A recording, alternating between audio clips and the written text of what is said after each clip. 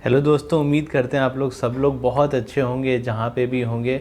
आज की वीडियो बहुत ख़ास होने वाली, बहुत धमाकेदार होने वाली है, क्योंकि मुझे ऐसा लगता है कि इस तरह का कंटेंट अवेलेबल है लेकिन बहुत ज़्यादा अवेलेबल नहीं और क्वालिटी कंटेंट है नहीं।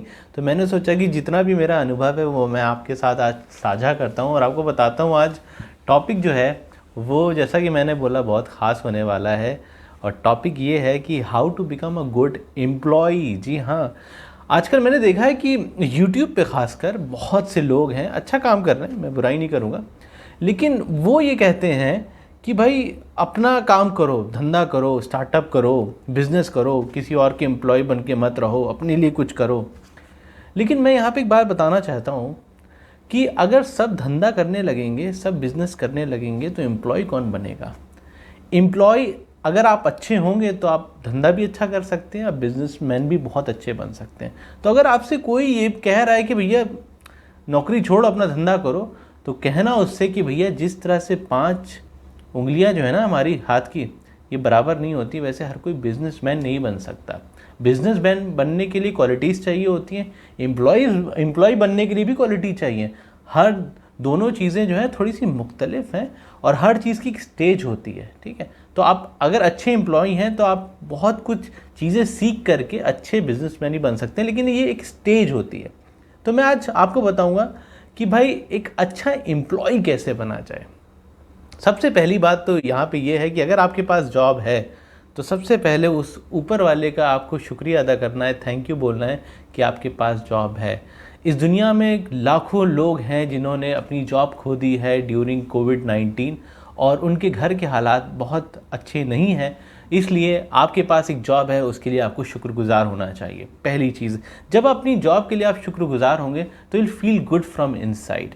अब मैं आपके साथ वो 5 चीज़ें शेयर करूँगा। अगर ये 5 चीज़ें आपके अंदर हैं या फिर आप अपने अंदर इंक्लूड कर लें तो वाकई जो है वो आप एक वैल्यूएबल एम्प्लॉय बन सकते हैं या फिर एक अच्छे एम्प्लॉय बन सकते हैं, ठीक है। तो सबसे पहला पॉइंट मैं आपके सामने ये रखना चाहूँगा, basic, back to the basic, ये है पॉइंट 1। अब बेसिक क्या है?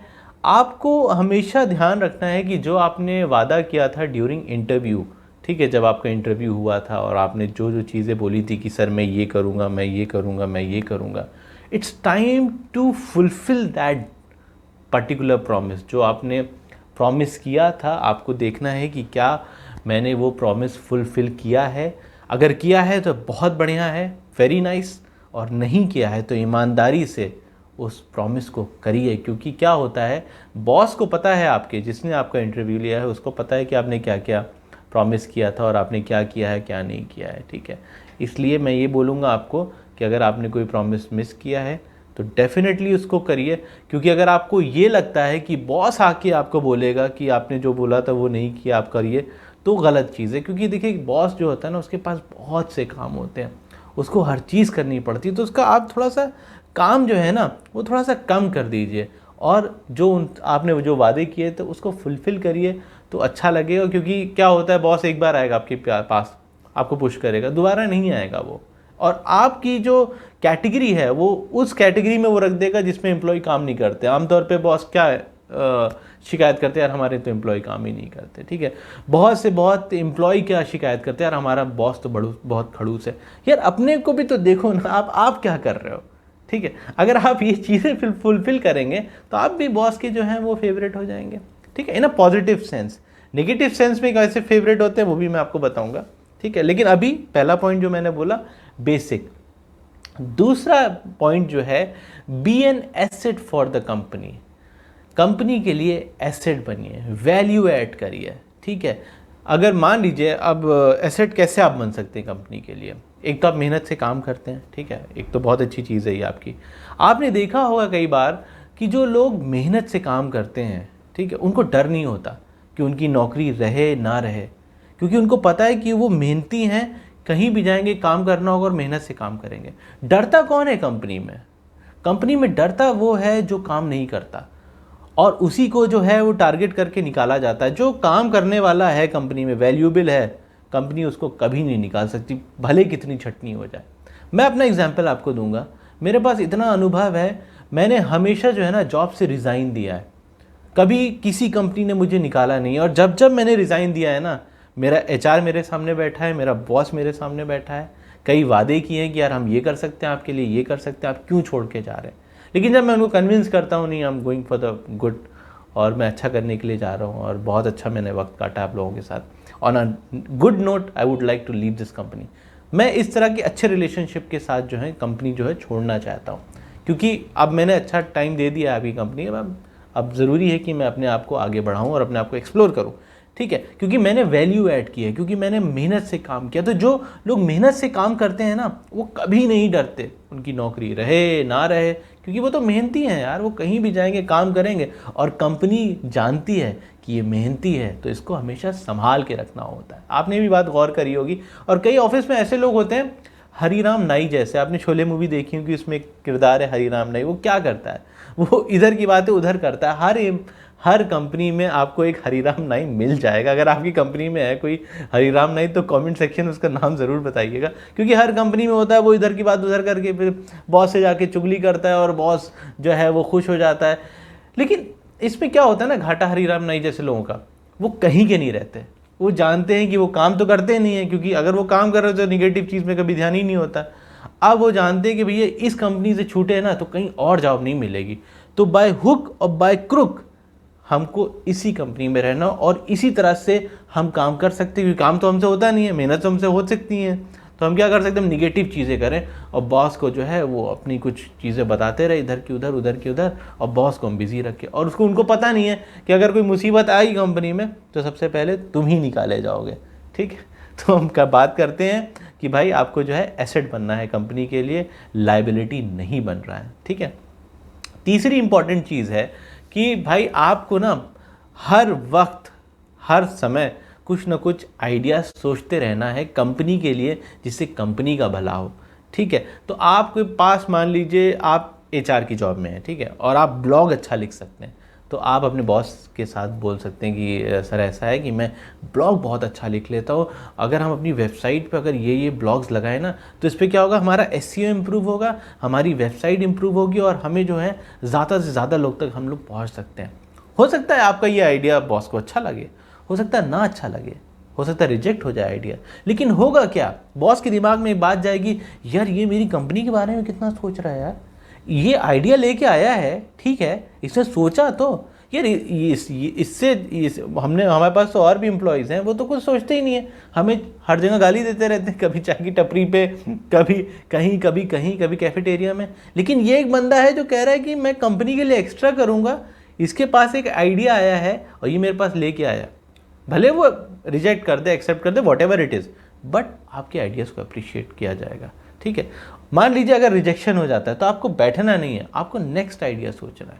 लेट्स से कि भाई आपकी कंपनी का इंस्टाग्राम पेज नहीं है, तो आपने बोला कि मैं जो हूँ वो इंस्टाग्राम पे पोस्ट डाल सकता हूँ सर, स्टोरी डाल सकता हूँ, रील्स डाल सकता हूँ अपनी एम्प्लॉयज़ से रिलेटेड, अपनी कंपनी के हायरिंग से रिलेटेड, या कुछ अच्छी अच्छी बातें जो है सर वो हम जो है वो अपनी कंपनी के थ्रू जो है लोगों तक पहुंच सकते हैं, क्योंकि इंस्टाग्राम जो है ना सर बहुत बड़ी चीज़ बन गया है और हम इससे क्या है पूरी दुनिया में छा सकते हैं। तो अगर आपके पास ये सब आप आइडियाज़ लेके जाएंगे ना तो आपके बॉस को अच्छा लगेगा, उसको लगेगा कि नहीं यार देखो कितना सोच रहा है हमारे बारे में। करना क्या है, कुछ भी नहीं करना है, यू जस्ट प्लेइंग स्मार्ट, क्योंकि आपको बनना है गुड एम्प्लॉय, ठीक है। तो चौथे पॉइंट की हम बात करते हैं।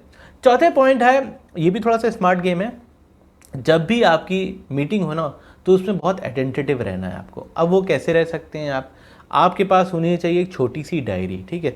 जब भी आपका बॉस बोल रहा है ना तो लेट्स से कि ये है आपकी छोटी सी डायरी, ठीक है, तो आपने क्या किया भैया, डायरी खोली, ठीक है, और लिखना शुरू कर दिया। तो बॉस को क्या लगेगा कि यार ये मेरे पॉइंट को इतना सीरियसली ले रहा है यार, और किसको नहीं अच्छा लगता, कौन उसको सीरियसली, भाई मुझे अच्छा लगता है लोग सीरियसली लें, आपको अच्छा लगता होगा आपको सीरियसली लें, और वो तो बॉस है, वो तो चाहता ही है लोग उसको सीरियसली लें, एम्प्लॉयज़ को सीरियसली लें। तो आप क्या कर रहे हैं, आप वो सारी जो हैं वो पॉइंट नोट कर रहे हैं, और इससे क्या लग रहा है कि भाई आप अटेंटिव हैं, आप मीटिंग में हैं इस वक्त, and you are serious about the meeting, और जो भी पॉइंट्स आपने लिखे हैं वो डेफिनेटली आप अपनी वर्किंग लाइफ में इम्प्रूव करेंगे और उसको इम्प्लीमेंट करेंगे, ठीक है। चलिए पांचवा इंपॉर्टेंट पॉइंट, आखिरी पॉइंट है, बहुत इंपॉर्टेंट, ये है take feedback from the boss. जी हाँ, ये बहुत ज़रूरी है। कोई नहीं जाता अपने बॉस के पास फीडबैक लेने के लिए। हम एचआर के पास चले जाते हैं, एचआर हमारे पास आ जाती है, लेकिन बॉस के पास नहीं जाते हैं। और बॉस यही चाहता है कि लोग एम्प्लॉय उससे आके मिलें, उसको वो रिस्पेक्ट दें। असल में क्या होता है ना, बॉस जो है वो रिस्पेक्ट के भूखे होते हैं। हम अगर फीडबैक लेने जाएंगे, सर आप ज़रा मेरा फीडबैक दीजिए ना, मैं कैसा परफॉर्म कर रहा हूँ 6 महीने में, तो उसको अच्छा लगेगा। उसको लगेगा यार कि यार ये मुझे कितना मान रहा है, मेरे लिए इसका ये जो फीडबैक मांगने आया है तो मेरी कुछ एक्सपर्टीज़ है तभी आया है। हो सकता है वो मना कर दे, यार आज नहीं, मैं यार टाइम नहीं, यार तुम 1 हफ्ते बाद आना। तो 1 हफ्ते बाद फिर जाओ, सर वो आपने फीडबैक के लिए बोला था, क्या हुआ, ज़रा फीडबैक दीजिए ना। तो हो सकता है वो इरिटेट भी हो जाए, लेकिन उसके दिमाग में एक चीज़ रहेगी, यार ये बंदा अपनी परफॉर्मेंस को लेके, कंपनी को लेके और अपने फीडबैक को लेके कितना सीरियस है। आप अपने अगर आप बॉस हैं तो अपने ऊपर आप ले करके देखिए, आपको नहीं अच्छा लगेगा। और एज ए एम्प्लॉय आपको जो फीडबैक मिलेगा वो फीडबैक निगेटिव हो सकता है, पॉजिटिव हो सकता है। पॉजिटिव हो सकता है तो वेरी नाइस, और अच्छा काम करो। नेगेटिव है तो उससे अच्छा है, उस पर और काम करो। आपको एक अंदर से एक किक मिलेगी कि यार हाँ यार चलो इस पर काम करना चाहिए मुझे। तो आप क्या कर रहे हैं, आप सबसे अलग काम कर रहे हैं। और यही सारी चीज़ें जो है वो आपको वैल्यूएबल बनाएगी, गुड एम्प्लॉय बनाएगी। और नेगेटिव फीडबैक मिल रहा है, जैसे मैंने बोला, और भी अच्छी बात, उस पर काम करो। तो ये सारी चीज़ें, ये 5 चीज़ें अगर आप करेंगे ना, तो आप तो बॉस के तो करीब हो ही जाएंगे, फेवरेट तो हो ही जाएंगे, मैनेजमेंट के फेवरेट हो ही जाएंगे। कोई दुनिया की ताकत आपको जॉब से निकाल नहीं पाएगी, वो तो बात अलग है, इसके लिए मैं कुछ बोल भी नहीं रहा हूँ। लेकिन एक चीज़ होगी, वो होगा आप बनेंगे गुड एम्प्लॉय। और अगर ये सारी चीज़ें करने के बाद, ठीक है, आपको रियलाइज़ होता है कि हाँ भाई चलो हमने बहुत जॉब कर ली है, ठीक है, it's time to get switch, ठीक है, आप थोड़ा सा स्टार्टअप कर लेते हैं, थोड़ा सा बिजनेस कर लेते हैं, ठीक है। उस पर भी मैं एक वीडियो बनाऊंगा कि आपको, अगर आप एम्प्लॉई हैं तो आपको कैसे स्टार्टअप शुरू करना है, कैसे अपना बिजनेस शुरू करना है, ठीक है, बगैर ये जॉब को ख़त्म किए हुए। क्योंकि एक प्रोसेस होता है, जैसे मैंने बोला हर चीज़ का एक प्रोसेस होता है, वो प्रोसेस फॉलो करना ज़रूरी होता है। आमतौर पे आजकल क्या हो रहा है, छोटी छोटी जो है आधी इन्फॉर्मेशन जो है वो इंटरनेट पे पड़ी हुई है, पूरी इन्फॉर्मेशन कोई बता ही नहीं रहा है। मेरा जो अनुभव है वो मैं आपके साथ साझा कर रहा हूँ, और मुझे स्टार्टअप का भी थोड़ा सा अनुभव है, कुछ फ़ायदा मिला है, कुछ घाटा मिला है, वो सारा जो है मैं आपके साथ शेयर करूँगा। मैं ये चाहूँगा जो गलती मैंने की है वो गलती आप ना करें। अगर ये 5 चीज़ें जो है ना, अगर मुझे कोई शुरुआत में बता देता ना, तो जितनी गलती अभी तक मैंने अनुभव अपनी ज़िंदगी में, करियर में की, वो अभी तक ना कर रहा होता। लेकिन वो भी करना ज़रूरी था, तभी तो आपके सामने सब शेयर कर पाता। आपने मेरा वीडियो यहाँ तक देखा, इसके लिए आपका बहुत बहुत शुक्रिया।